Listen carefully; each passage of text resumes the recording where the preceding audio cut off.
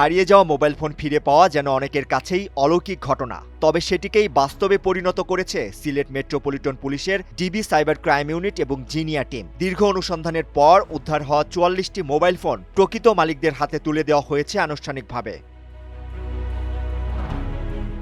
বিভিন্ন সময়ে সিলেট মহানগর এলাকা থেকে হারিয়ে যাওয়া মোবাইলের ঘটনায় ভুক্তভোগীরা সাধারণ ডায়েরি জিডি করেন। সেই ৫৭০টি জিডি পর্যালোচনা করে তথ্য প্রযুক্তির সহায়তায় নিরলস পরিশ্রম করে ডিবি সাইবার ক্রাইম ইউনিট এবং জিনিয়া টিম মোবাইল ফোনগুলো উদ্ধার করে। উদ্ধারকৃত মোবাইল ফোনগুলো এসেছে সিলেটের মহানগর এলাকার ৬টি থানা থেকে।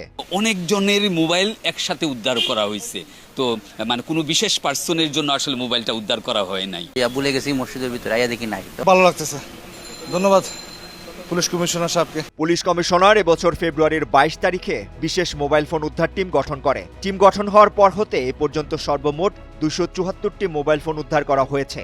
রবিবার পুলিশ কমিশনার জনাব আব্দুল কুদ্দুস চৌধুরী নিজে উপস্থিত থেকে ৪৪টি মোবাইল ফোন তাদের প্রকৃত মালিকদের হাতে তুলে দেন। ফোন ফিরে পেয়ে ভুক্তভোগীরা সিলেট মেট্রোপলিটন পুলিশের প্রতি আন্তরিক কৃতজ্ঞতা প্রকাশ করেন। দীর্ঘদিনের প্রতীক্ষার অবসানে অনেকের চোখে মুখেই ফুটে ওঠে সন্তুষ্টির ছাপ। হারানো মোবাইল এটা আমাদের একটা বড় সমস্যা। প্রতি মাসে প্রচুর মোবাইল হারায়, প্রচুর ২-৪টা কিছু মোবাইল ছিনতাইয়ের ঘটনাও ঘটে।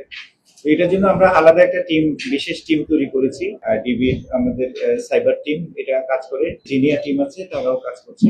আমরা আশা করব যে আমাদের এই ধারাবাহিকতাটা অব্যাহত থাকবে এবং আমরা মোবাইল ফোন উদ্ধারের কার্যক্রমটাকে একই গতিতে এগিয়ে নিয়ে যাব। ব্যবহৃত মোবাইল ফোন অথবা যে কোনো ইলেকট্রনিক ডিভাইস কেনার ক্ষেত্রে সামান্য অসতর্কতা আইনি জটিলতার কারণ হতে পারে। তাই পুরাতন মোবাইল ফোন কেনার আগে সতর্ক থাকার আহ্বান জানান police commissioner Sakib Mahmud, Times today.